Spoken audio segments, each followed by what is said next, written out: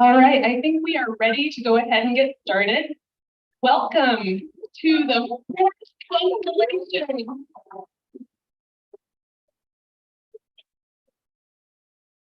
I am Jessica Johnson. Jaye and I would like to welcome you.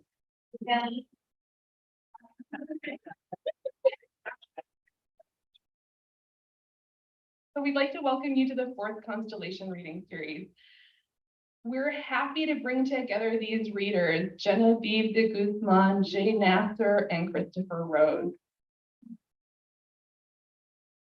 And we're really happy to bring together all of you, this audience in this room, and those who are joining us via the live stream. As we gather in this space, it's really important for me as a settler to remember that we're gathered on the unceded traditional homelands of the Multnomah, Pakwamit, Clackamas, Tumwater, and Wet'walla Cascade bands of the Chinook, as well as the Tualatin, Kalapuya, and many other recognized and unrecognized Indigenous nations of the Columbia River. And we say this not as empty words, but as an invitation or reminder to learn more about the specific broken promises on which the city and state rest, and to find ways to concretely and materially support Indigenous sovereignty and the return of land. And we say all of this also with the intention to make good use of this time together. Before we get started, we want to thank Lance Cleland and Tin House for their generosity in opening the space to us. Lance couldn't be here tonight. Normally he is, and I think he will be again. And so this has been such a great gift to have this use of this space. And if you've been here in the past, you'll notice it looks a little different. Bishop and Wild is opening a bookstore here and reading spaces. We're so excited about these partnerships, so we'll see this space change and develop, and we're looking forward to more collaboration with them. And thanks to each of you for your consideration in honoring our COVID policy and looking out for each other. You may be here because you know one of the readers or one of us, which is a great reason to be here. But we also hope that you come back. We'll be here on the third Thursday of every month through August, except July. And then we're switching to the second Thursday after that. So, and we'll talk more about that later. But the point is, we hope you come back and enjoy the space and get to know some folks. And upstairs there are snacks. Jaye is going to introduce Genevieve, and then I'll come back and introduce Jaye and Chris one at a time.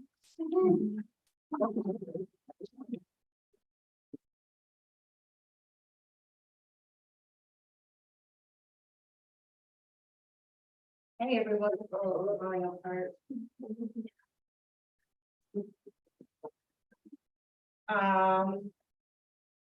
Jessica, you're on top. I know for Genevieve too. So fam. I'm so excited that all of you are here. This is awesome to look out and see you. And again, I want to do a shout out to Lance and to Tin House and to Bishop and Wild. And I hope that we do a great job in our community of promoting the local small business, the bookstore. I'm also really excited to be able to introduce Genevieve DeGuzman. I just met Genevieve last reading, and super cute story, or I think it's cute, is she came in and I was like, oh, this is a super cute person, and hi, and we started talking, and I was like, oh, I like this person, they have really good energy. And then we started talking more, and oh, she's a poet and blah blah blah, and I was like, yeah, I really like back. And then I discovered, like, oh my god, wait, you're Genevieve DeGuzman who's coming to read for us next month. So yay. So Genevieve DeGuzman, she, her, is a Philippine-born poet, speculative writer, and lover of all things robot, chimera, and alien. As a poet, Genevieve won the Atticus Review contest, was a finalist for the Michelle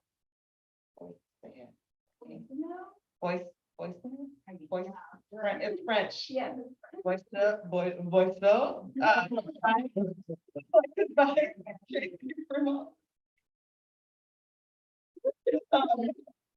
and earned Best New Poets nomination.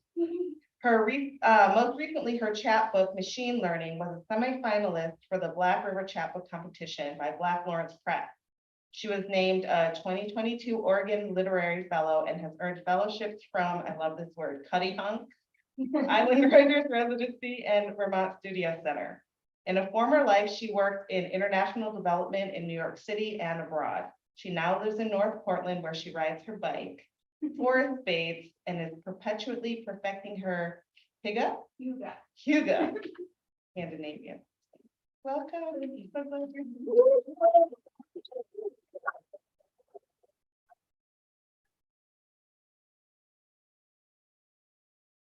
Hi, everyone. Thank you all for coming out tonight, especially on such a rainy night.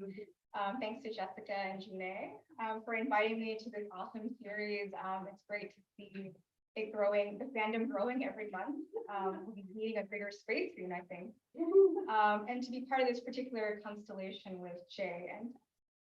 And so I was joking to a friend the other day that sometimes the most nerve-wracking thing about doing a reading isn't the poem reading itself, but the sort of obligatory banter before poems. And there's so much pressure to be witty and charming. So I thought I'd start with a poem about anxiety and awkwardness. And it's titled Anxiety as a Bird in Need of a Wildlife Rehabber. I can't even. It's dangerous out there. Window strikes killing birds by the millions. Death pouring from the skies. The unstoppable forces of bush tits, boobies, and woodcock meet the immovable objects of 46 floors in reinforced glass. Not a slingshot pebble, not a heat-seeking hellfire missile. Nothing downs a bird as reliably as a clear surface. Honesty was always the transparency that killed.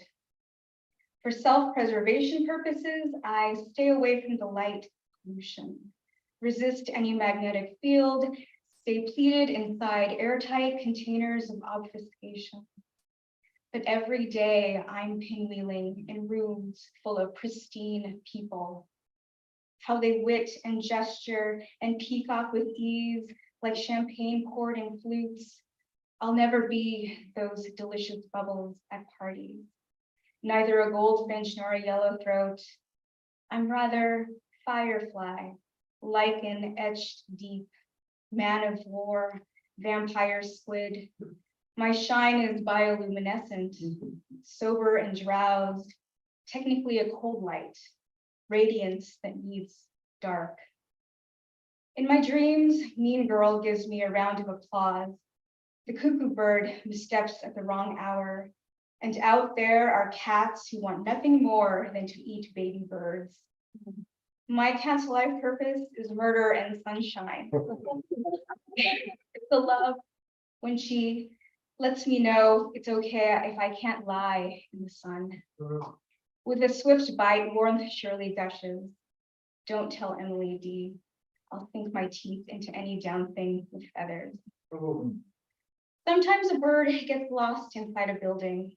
Sometimes I get stuck inside a cage. At the Ninoy Aquino International Airport in Manila, I once saw a lone egret in the departure terminal gliding back and forth. Stopped short by the glass dome, its twiggy feet flexed and grasped with some crystal clarity whose beauty it couldn't behold, but pummeled anyway with its beak. I tried to quiet my thoughts during takeoff. We who require metal, fiberglass, and jet fuel to ascend, for the privilege to pee at 30,000 feet, get to birds, have always done it with grace. On something as simple as fluff and down. But don't be jealous, that guy Icarus, flapped his soft wings and fell. I've thought a lot about the trapped bird, wings beating the glass in time to the sound of hands clapping. Afterwards, a broom swept feathers into a dustbin. You think this story is finished, but more bodies rain down. This next poem.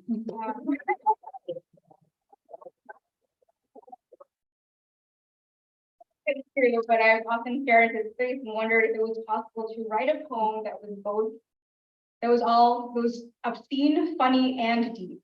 And I don't know if I've done this, but I've tried with this poem. And it's called The Most Feminine Thing. After the woman in the bar who told her friend, the most feminine thing on my boyfriend's body is his dick. If I were to describe it, nothing whined as much. Nothing was more easily flustered in my presence. But even the freaking chickadee does not have such bravado, even though all birds have bones. The tiny ones too. But this bird does not. In its quickened breathing, there is stillness to the world when my lips go around it, like the wind whips around a mountain, shaping the mountain. A dialectic conversation rolling in the thermals. It is a delicate thing in flight, this bird. A curved flame, limp like the flamingo's flushed neck. But when it stiffens against my filling, landed this rapturous raptor roosts on my seat of speech. Yet if I wanted, I could serve this feathered friend on a plate, daub it with pureed parsnips and artichokes, same as tender as your tongue, whispering sweet nothings, and watch it evolve from flightless to winged again. The word evolution comes from the Latin evolvere, which in early use meant the unrolling of a scroll. There is an unfurling of possibility when he comes home, a story that I write with each swallow, perpetual revelation.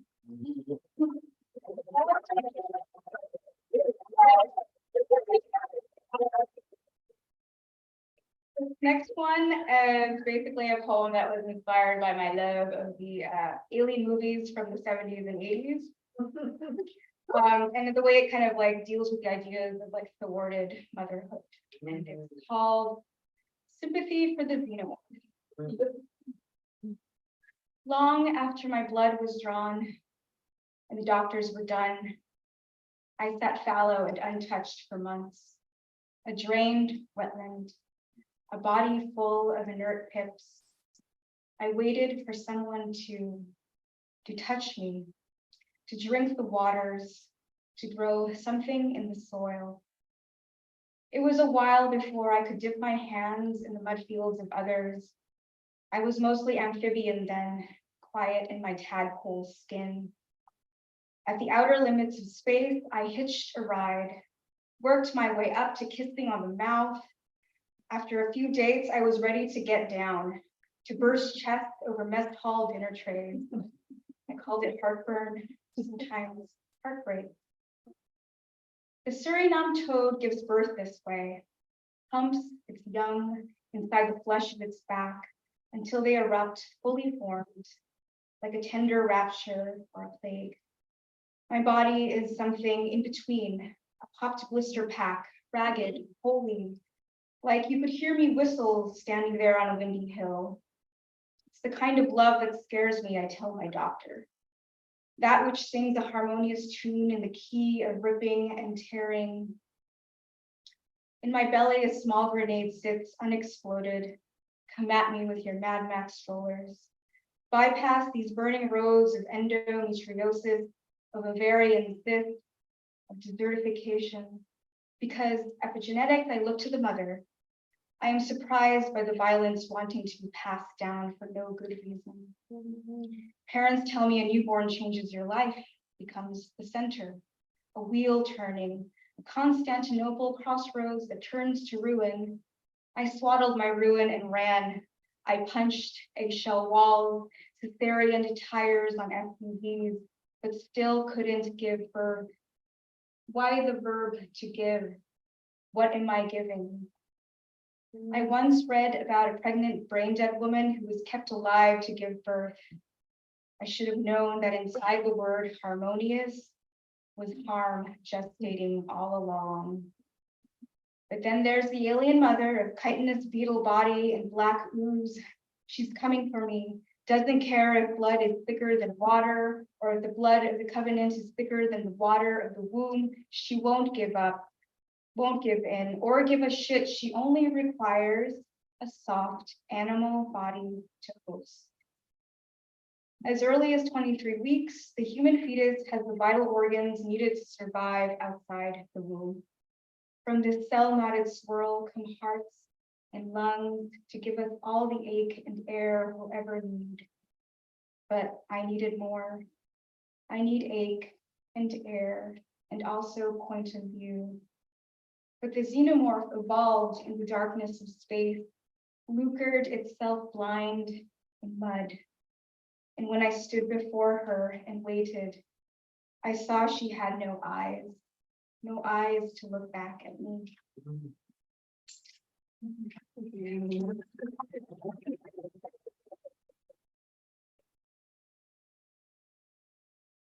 The next one is a newer piece. So earlier this year, my mom passed away, and for a long time, I really couldn't write anything. And then I was looking over these old text messages, exchanges between my mom and I, and you know, my 7-year-old mom wasn't big on emojis, but when the burning heart emoji came out, she was like really into that. And I think it reminded her of her Catholic upbringing and sort of this Catholic Sacred Heart, which, if you're not familiar with, is one of the most like hardcore religious iconography out there. It's like this piece of meat basically with a crown of thorns and a lance going through it. So this poem is called Burning Heart Emoji.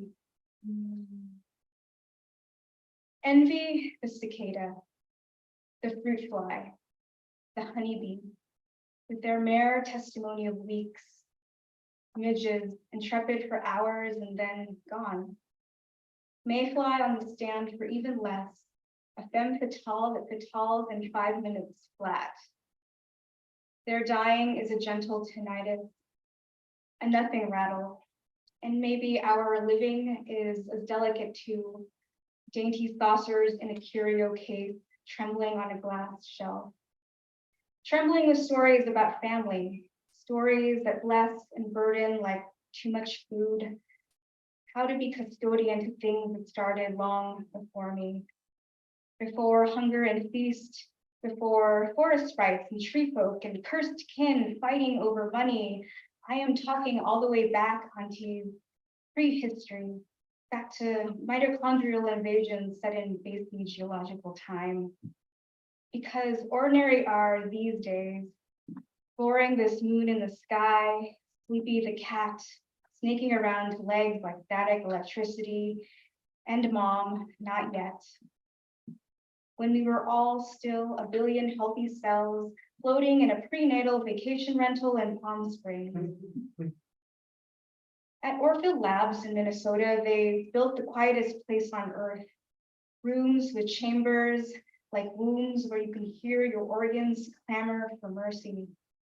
Living body is sound itself. Even after her death, I could hear my mother craning to look at me. Her body was always a clacking abacus, bearing record, her gaze on me deafening. I shouted back prayers and texts, burning hearts in repeating rows. There was no lance or crown of thorns to mark our wounds holy. And all the while, the mayfly darts to oblivion, and the ice sheets in Greenland melt, and tectonic plates off the Oregon coast bide their time before killing us all. Everyone was so distracted that no one bothered to swat me dead. I got to live instead. For some 300 seconds, I think about my mother how she too trembled on glass. And I hear the mayfly speak, beating inside my scorched chest. Fire, heart on fire, my heart on fire. Thank you.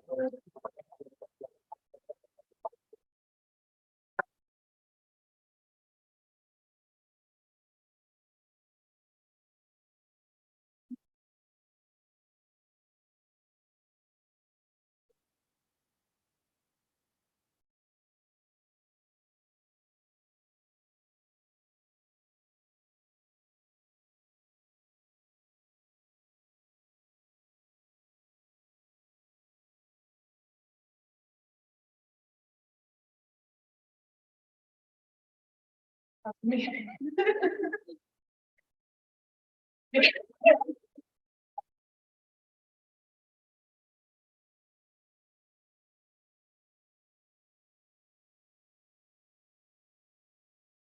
It's now my honor and pleasure to introduce Jaye Nasir. Jaye Sheefer is a Portland-based poet and writer whose work blurs the line between the real and the unreal, between nature and humanity, and between the self and others. Her writing has appeared in many small publications, both local and international, including the Pacific Northwest-based Buckman Journal and Moth, a journal of the Pacific Northwest. As a high school dropout, she is still in the midst of a decade-long pursuit of her undergraduate degree and currently attends Portland State University, where she won the 2022 Duncan Carter Writing Award. Meanwhile, she manages the public as a free worker, Southeast pedestrian, an unusually talkative stranger. Jaye was also my student, and the kind of student who shows up not needing to learn anything from me. It was really a special experience having Jaye come through 2 classes during the pandemic, and during like an incredibly difficult time, just to have an incredibly brilliant and engaged person show up in your world was like an extreme gift. And I have lots of great stories to tell about Jaye, but I'm not going to because she's got to read. Let Jaye, I'm gonna let Jaye read and simply just say how grateful I am to know Jaye and remember Jaye's name because Jaye is gonna do great things.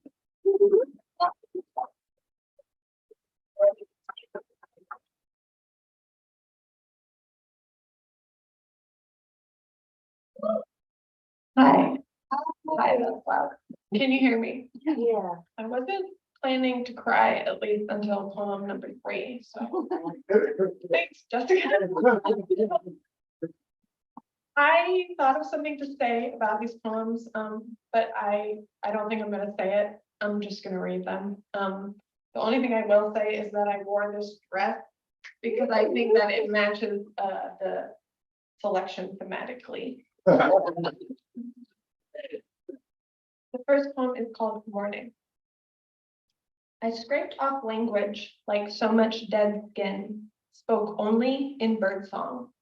That mysterious singing like the singing of dreams, the blue wasteland of dreams. Dent of the body in the bed, sticky taste of sleeplessness. Trying to write about depression is like speaking the language of the dead to the living. It sounds like weeping, like the clanging of bells. Only the trees, only the light, only the dogwood flowers and black-eyed animals wait against sorrow. They have whole seasons for sorrow. They already know the reason for death.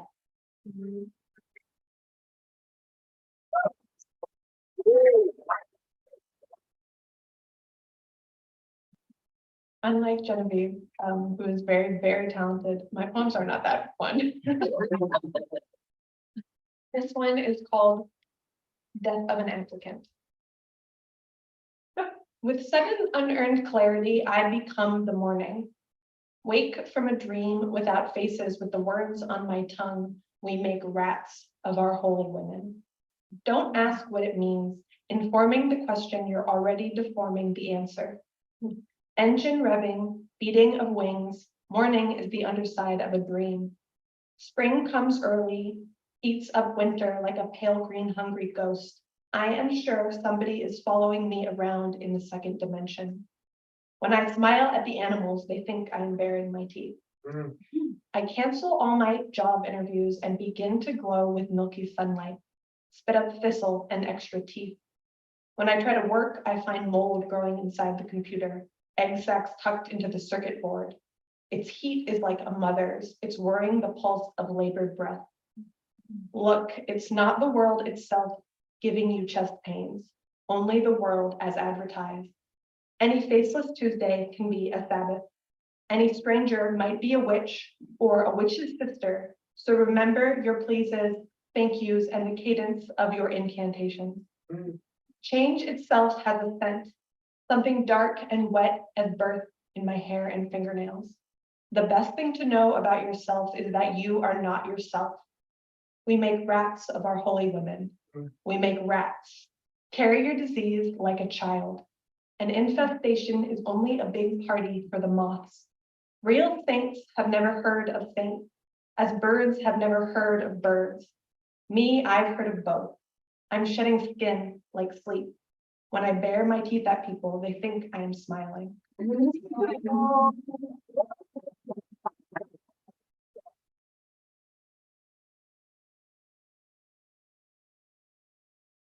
This next poem,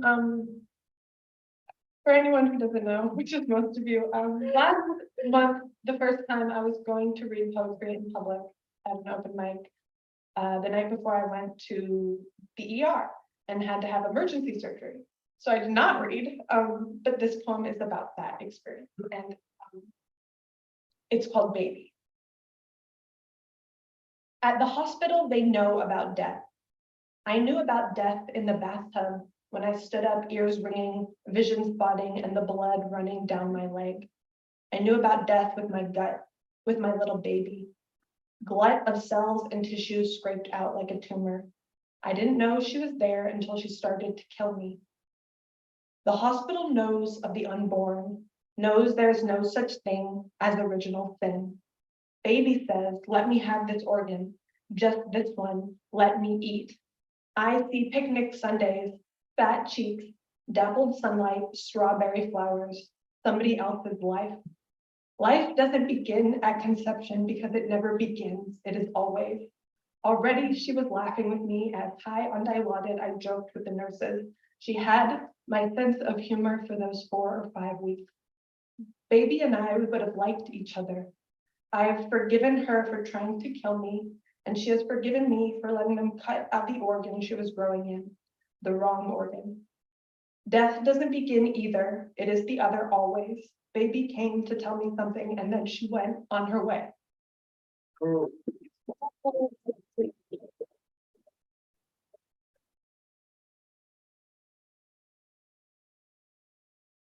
That's when I was planning to cry. The next song is called Something Green. Past sadness, there is something else.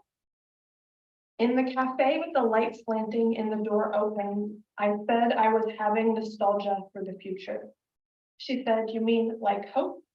And I said, no, not that, but a real sense memory of something that hasn't happened yet. That's good, she said. You should write about that.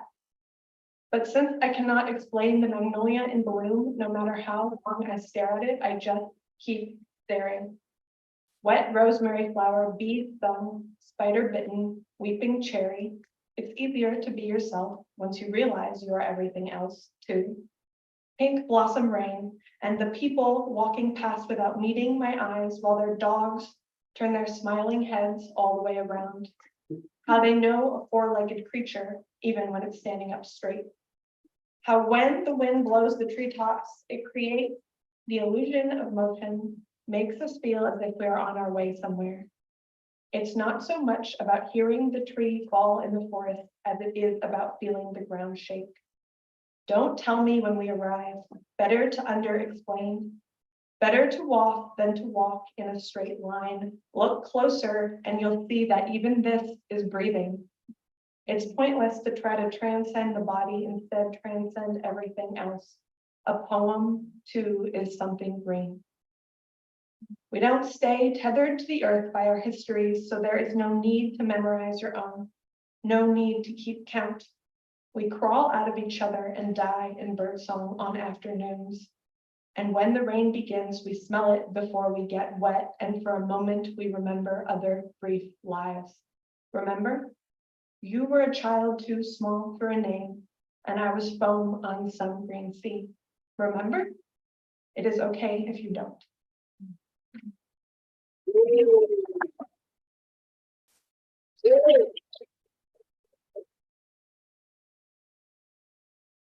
This poem is called Green Ghosts, and I do just write about the same thing over and over again. In the forest, with the snow melting quickly, you can hear everybody moving around you, all the spirits rustling awake. The marsh water is frozen and the sun is pale as an old tablecloth, yellow and smelling of sleep. It's the crevice right between winter and spring, that thin strip where the light creeps in. Once you cross the rusted edge of the old train track, growing sideways out of the earth, you pass from the human side of the forest to the other side. It's always further than you think. Each time it gets further, and one of these days, it will be too far to reach. All of us, even the riverbanks, have our sorrows. The dead, asleep in the river, also remember the spring.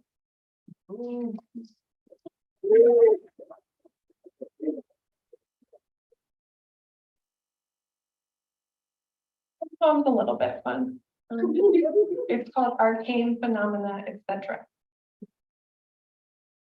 Who is remembering the distant past? Who is remembering sleep? Is anybody thinking of the mystery?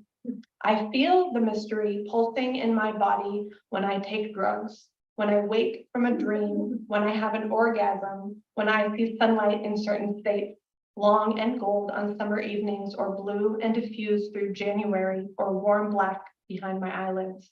I wash the mystery from my hair. I take showers. Moss grows from under my fingernails. I am turning from a person into a place. I keep happening. I read in a book somewhere that somebody else wrote in another book somewhere else that non-living matter is just living matter set in its habit. It doesn't need change to sustain it anymore. If that's so, then eventually everything will go still, but just imagine if it's the other way around. And one day all things will wake, will shiver, will talk and talk. I tell you, one of these days, this stone will hatch, will bloom. Woo!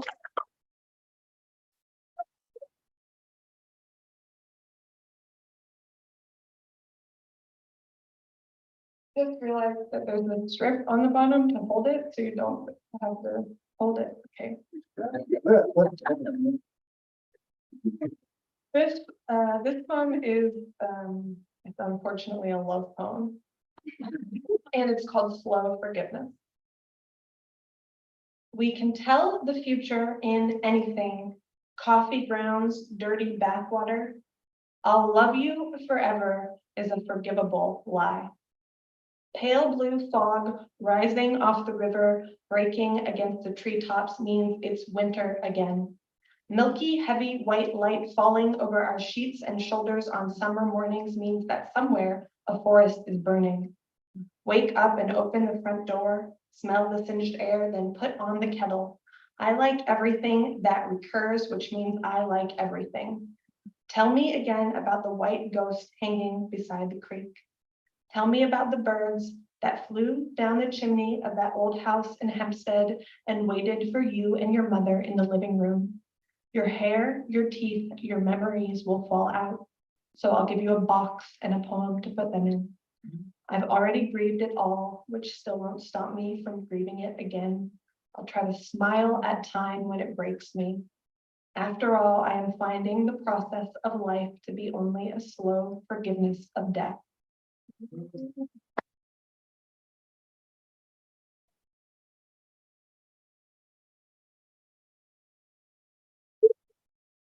I have one more, but am I running out of? No, do it. One more. Do it. We want it. Okay, it's called I Love the Gaping Wound. In case you thought it was gonna be happy.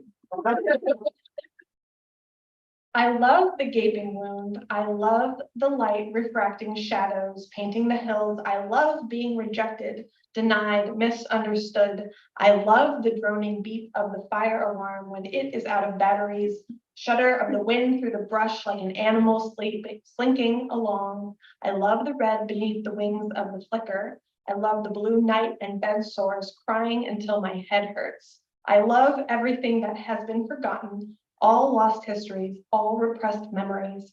I love the drain clogged with hair. I love the scam call, the automated voicemail. I love my grandmother's shaking hands, the wasted day. I love sun blindness. I love dark and unclean rooms. I love laundry day. I love the creature that haunts the house. I love remembering the smell of spring. I love failing. I love dropping things. I love stress dreams and sleeping through 3 alarms. I love underperforming. I love burning at both ends. I love women wielding swords. I love women wielding traumas like swords. I love being chosen last. I love blood-stained underwear, dirt under fingernails. I love black mold creeping through the wall. The whisper of the river against the rock. The ad on the billboard covered in graffiti. I love the broken window, the outdated system. I love the invasive yellow waxy flowers that push their faces toward the sun in early March. I love unrequited longing, the unanswered plea, the shattered thing. I love the funeral dirge, the child's grave, the horrible celebrity. I love the disappearing winter. I love the sound of snakes moving through tall grass. I love the garbage piled at the roadside, the blackberry vine creeping over the loops of barbed wire on top of the fence that guards the empty lot for leaf. I love begging for mercy. I love small gods no one worships anymore. I love the beds of nuclear waste seeping into the earth. I love the agony of the church. I love the horror of the news cycle. I love the turning and turning of forever. I love the gaping wound. Oh.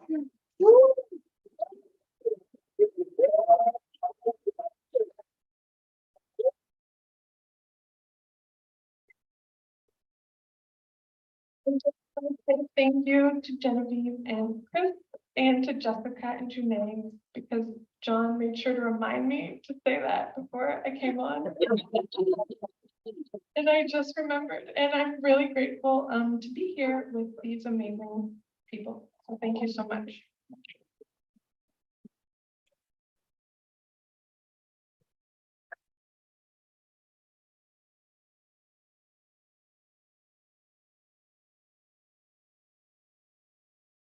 And I'm going to tell the one more story. So I had Jaye for creative nonfiction and environmental literature, and after she turned in her first creative nonfiction essay, I had a therapy session, and I'm going to my therapist.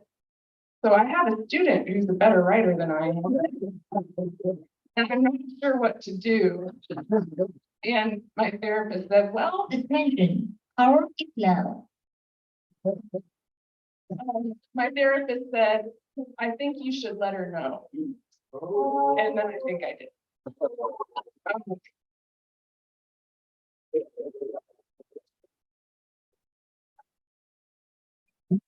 not sure what to do with it about the problem. Attention, power is low. I have to do something about that before I introduce Chris.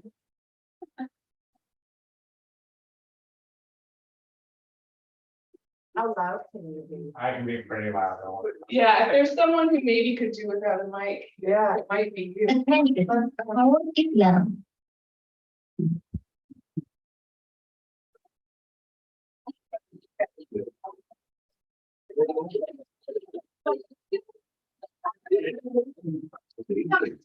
Power. Yeah.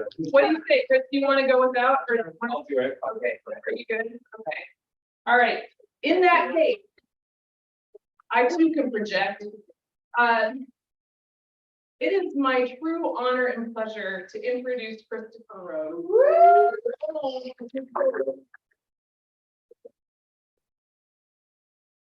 Christopher Rose, him, is originally from Seattle, Washington, and he currently resides in Portland.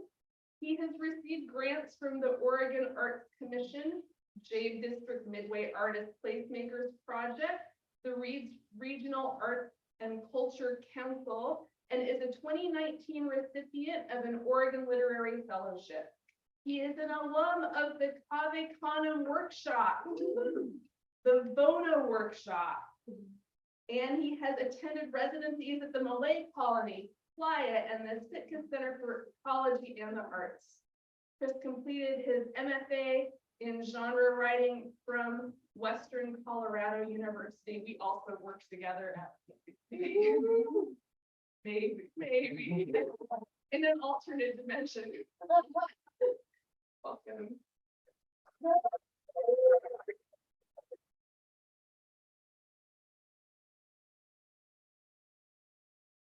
Damn you, Chat GPT, ruin everything. Normally, like, you speak into the mic to really like test the sound and figure out. So can you all in the back hear me? Is it all good? Okay, cool. So the pressure of reading last is I always feel the need to try to be in conversation with the people before me, because I just think that's a kind of cool thing to do. I'm Black and Filipino, and so I rarely get to read with other Filipinos, so that's just a cool thing. And I like try to examine the intersection of Black and Filipino diasporas. It's kind of it's just what I do because it's who I am. Like, am I Filipino? Am I Black? It's like, whatever. I'm just who I am, and I can't figure out when one ends and the other ends. So I'm gonna kind of do what kids do and sometimes read off my phone in my desperate attempt to feel like I'm younger, connect with Gen Z. So I'm just gonna kind of do what comes to mind as things, because I do want to kind of be in conversation with Genevieve.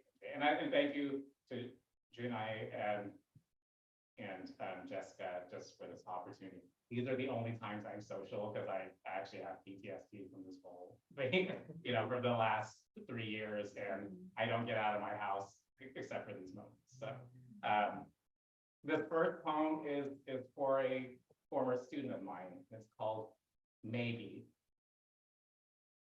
Maybe Filipino boys have the same stories as American boys.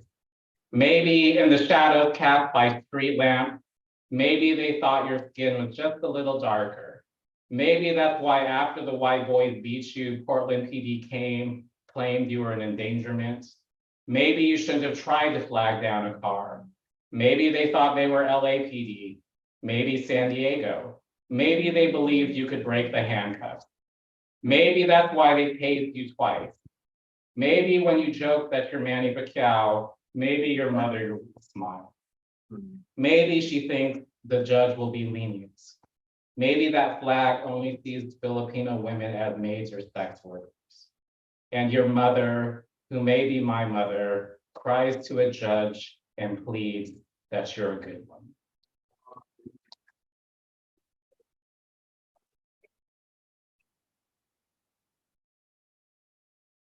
This next song, I grew up in Seattle, and specifically I was born on Whidbey Island that has the Whidbey Naval Air Station because I'm a military brat. And if you've ever driven to Whidbey Island and not taken the ferry, you have to cross Deception Pass, which is maybe most famous for like Nike commercials.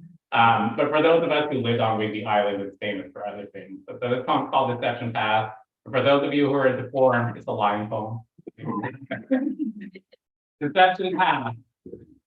The great trans-Pacific lie, narrow strait between Whidbey and Fidalgo Islands, old prison rock quarry worked by inmates of local state penitentiary, bridge just high enough for veterans to end a war early, former military reserve, home to eagles that nest in giant oaks along the cliff, who then circle and dive into standing waves in white worlds upon the tide, popular site for wedding proposals, place where Navy men in uniform pack their Filipino wives into suitcases and toss them into the water.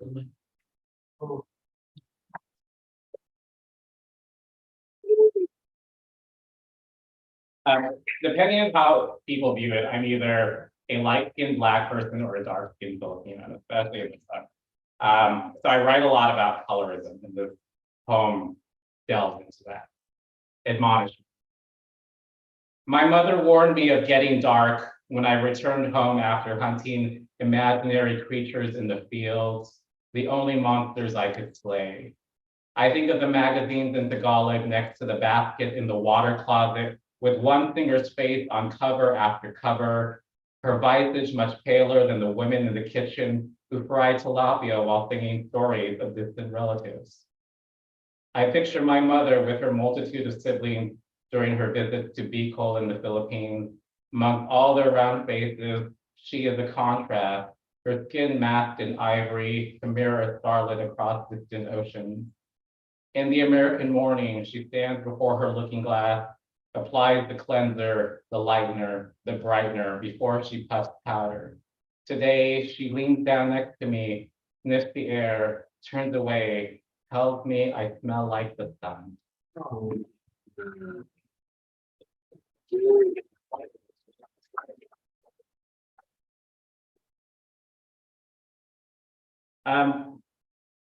Some of you all grew up, where you had the parents where if they were making hamburgers, they couldn't buy hamburger buns. They were like, you're gonna use normal bread.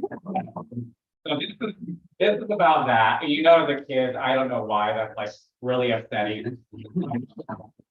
Why can't I have a hamburger that actually has hamburger buns as opposed to like the regular bread, So this poem is kind of fast food. I was 6 when I learned it was my right as an American to eat the dead. My father fries a patty of beef mashed with onions and peppers that sprout from its form like the sheared branches of a tree. The smell of the meat, always burnt yet still dripping with grease, invades the shore of the children's room. There are no open windows to disperse the soldiers of aroma that force me to enter the smoky kitchen, confront a pulverized mass still wet with blood. He tells me my senses lie. I should not be nauseated and trembling. There should be enjoyment in the unshapen lump that he's manufactured with love and a fist. We will use the store-bought bread to give it completeness, a facsimile of a dollar menu my family emulates with less ingredients. This is the lesson of my father. Tear away my rougher edges and bleach my exterior, so the unfriendly mixture that dwells beneath is easier to consume. Ooh. Woo.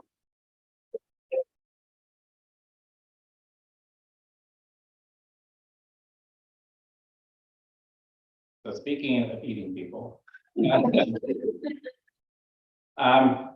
lot of people talk about like, oh, like my creature is the unicorn and stuff like that. I mean, as a Filipino, my creature is the aswang. If you don't know what the aswang is, the aswang is either a vampire, a ghoul, or witch, because it's just a lot of different things. The most famous aswang form of this aswang is called mananagal, which is a woman who tears her body in half at night and feeds on, unborn children. Really, the Philippines got it. And I love that thing. Like, I honestly do. And, I think they're like the idea that I have to kind of inhabit different forms in the world, in the places I move. Like the aswang just speaks to me. I'm like, I'm not a unicorn, I'm an aswang. So that's the way it works. So this is about an interaction, not too far from here in Portland, where these next 2 poems are kind of about me taking on that image of the aswang. Bar crawls. I fantasize about plucking a man's eyes out with my teeth when he called me handsome after he spends 5 minutes in the well with the bartender before he drones at me. And I wonder if grief is another reason or excuse we make to be monstrous, like we need to run and claim all the good expensive china you've always wanted from your dead mother before any of your siblings can. So you skip the wake and leave the funeral early so you can start packing boxes And maybe you'll take the silverware too, because if you see your siblings, maybe you'll tell the oldest how she's just like mom with an OTC drug habit on the side, but that means I can no longer tell the difference between night and day when a swan sheds human form, so the man babbling cannot see that his reflection in my eyes is upside down, but right side up is the rage I pray for when I'm not praying to, when I pray to feel some emotion. But no, I wouldn't take a man by his neck to throttle him around when I can make my tongue forked, flickering like a cobra's along with fangs full of venom, ready for one strike and a smile before I take a quiet joy in the panic in this man's blue life. Watch him wither, watch him curl into fetal position, quiver, shudder, watch and watch my alternative to depression, my alternative to self-mutilation. Because self-harm is for self-hate, and my self-love is dousing a frail man with my words, live, watching him burn.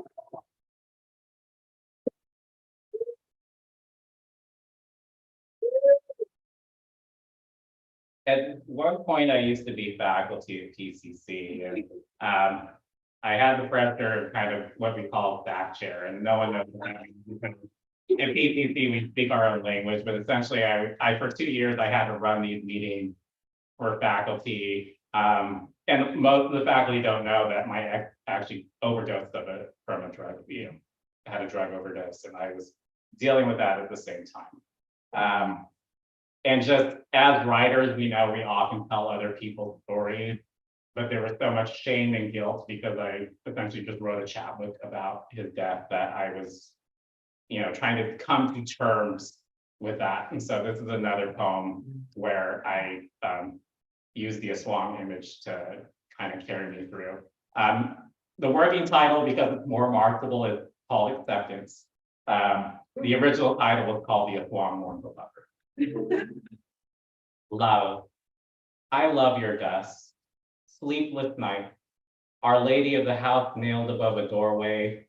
Now a careful recognition. I was born the patron saint of travelers, Saint Christopher, a holy coffin, named at birth to carry the dead. Midnight ruminations begin. 6 is the number of imperfection. God makes the world in 6 days, makes the Garden of Eden, makes Adam and Eve. Sin and love cannot be separated. Trust is a serpent and an apple. Lilith straddles the first man, makes him a submissive. God excommunicates her from paradise. She finds a new love, makes him a father. Grandmother gives birth to Nephilim. Nephilim gives birth to a swan. I make a chaplet of thorns and blood. I crown myself a prince of the night. Love. I lay in a bed. There is a body next to me. It reminds me of other bodies. It fails to remind me of you. It rests its head in my lap. I tickle it between thighs. Its laughter reminds me of life. I remember what it is to be powerful. I will teach this body. I will practice the art of my Lola.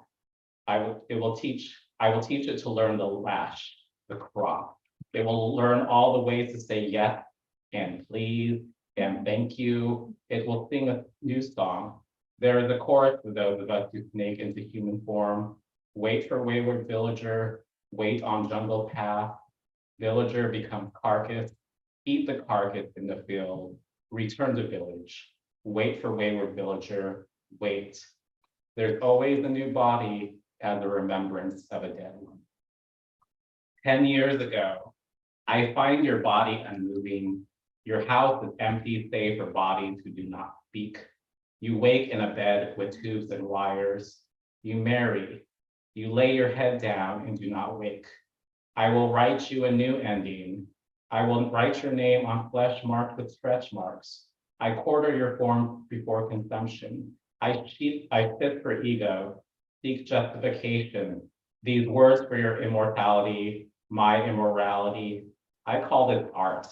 You cannot watch me. I make suffering a spectacle. Everything is loss or sorrow.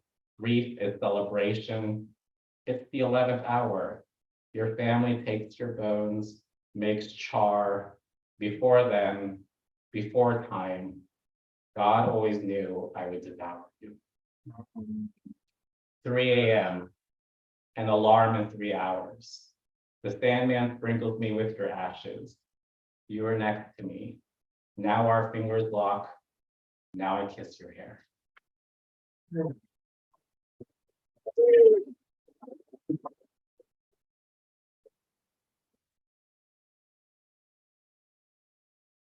Like this shit is getting dark. That I was gonna read from my poem for Gen Z in the audience. I'm actually gonna read this poem because I want to come. I stopped reading this poem for a while because I did not like how it made me feel. But I think I'm just like, well, fuck it. Let's just, we're all adults here. I'm in my 40s. I don't care anymore.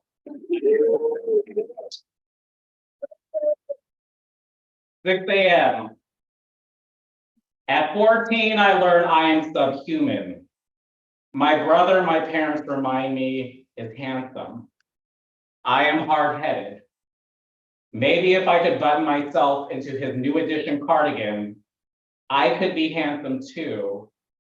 In history class, a girl with a face painted like a porcelain mask points a translucent finger at a picture of an afro in the dictionary, points to me before everyone laughs. In PE, a murder of white boys circle, crow that my lower lip jiggles when I jog. In math, the boy with round rim pulls his eyes taut to mimic my own on the rare occasions that I smile. After Sunday school, angels whisper my sinful desires, ask me to trade vanity for prayer. Every morning, I set a 6 a.m. alarm to play gospel so I can watch the sunrise. Every morning, I wake before the music begins. Every morning, eyes red, I face the reflection, I recite the fairy tale. God loves my round face, God loves my brown face.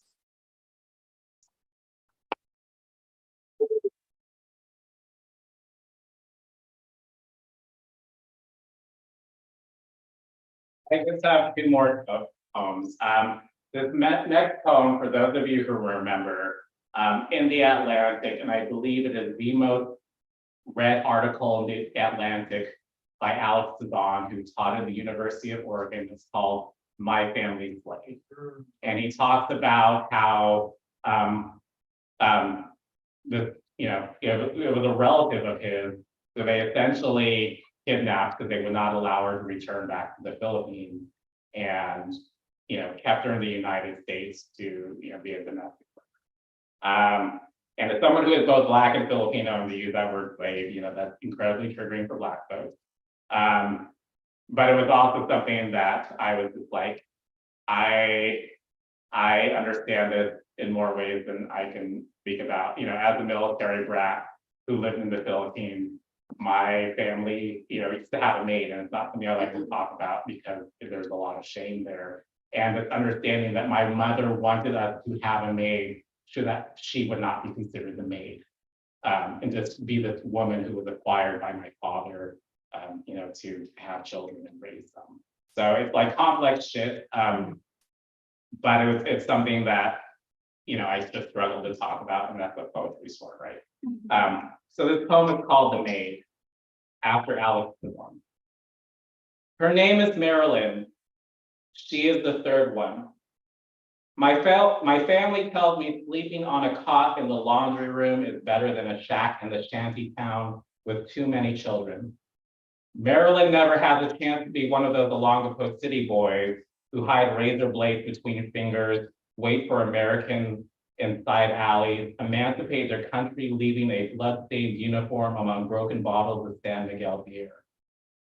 Marilyn beats me between her telenovelas, calling me Negrito under her breath, muttering how I look like those kids who swim in the river of shit, begging for centavo from a sailor, the river where babies float upside down.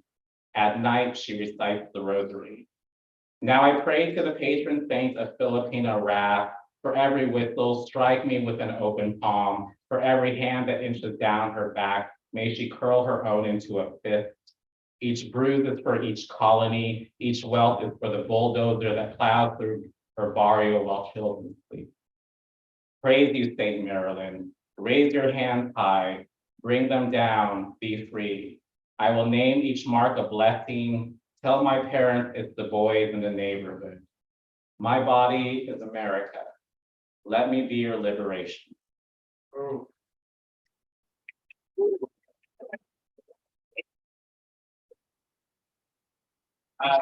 last poem I'm gonna end with is kind of the poem I always end with, and one day I'd like to stop reading the poem. AWP is in Kansas City next year, and Kansas City is in the news for other reasons that unfortunately we're familiar with. I did my MFA. I didn't do it in poetry because I felt like between spaces like Comic-Con and Mendona, I had my spaces for poetry, and I did it in genre writing and specifically speculative fiction writing because sometimes we just have to imagine a world that's better than the world we live in. So this poem is called Another World. This is not a field of unmarked graves. Here, nothing smaller than ash, but green. Sorry, I'm having one.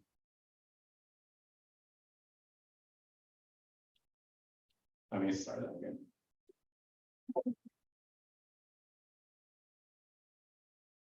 I'm just gonna pull it up and get it. Apparently my memory is not working.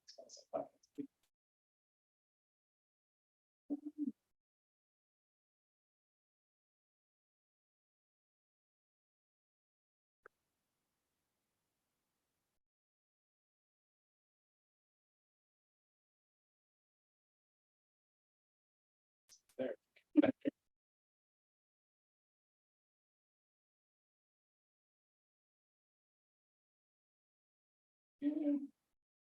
You know, another world. This is not a field of unmarked graves. Here, nothing smolders than ash, but green buds sprout from dark soil. No one kicks dirt in another's eyes. Here, the earth is for growing things. The grass is not trampled, not riddled with hot tar. There is no smell of gasoline. Here, the sky is a shelter, and the only light comes from the sun. It is not glowering or angry. It does not blind you. And here, there's every type of blossom. They are not unwanted weeds. They do not have thorns. They each have a name. I'm sorry, I just can't do this.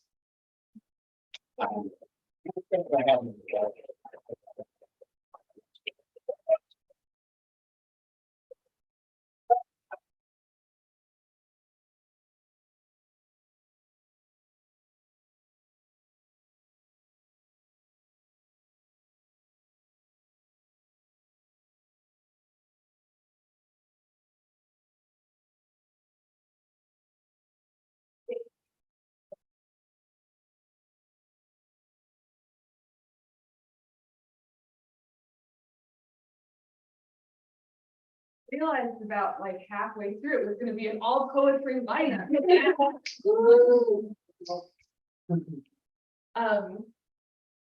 I feel so lucky to have been here tonight.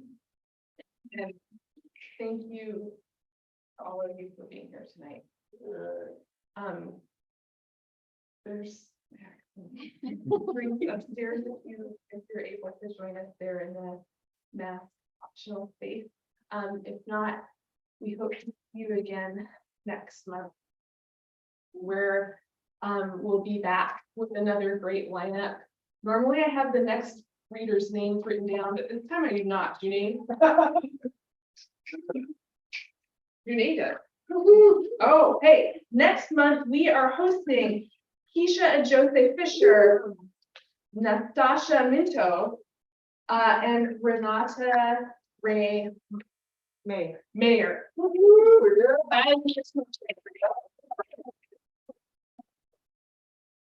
May 18th, the third Thursday. So we hope to see you next time. Thanks for being such a warm crowd. And again, just a wonderful evening. Thank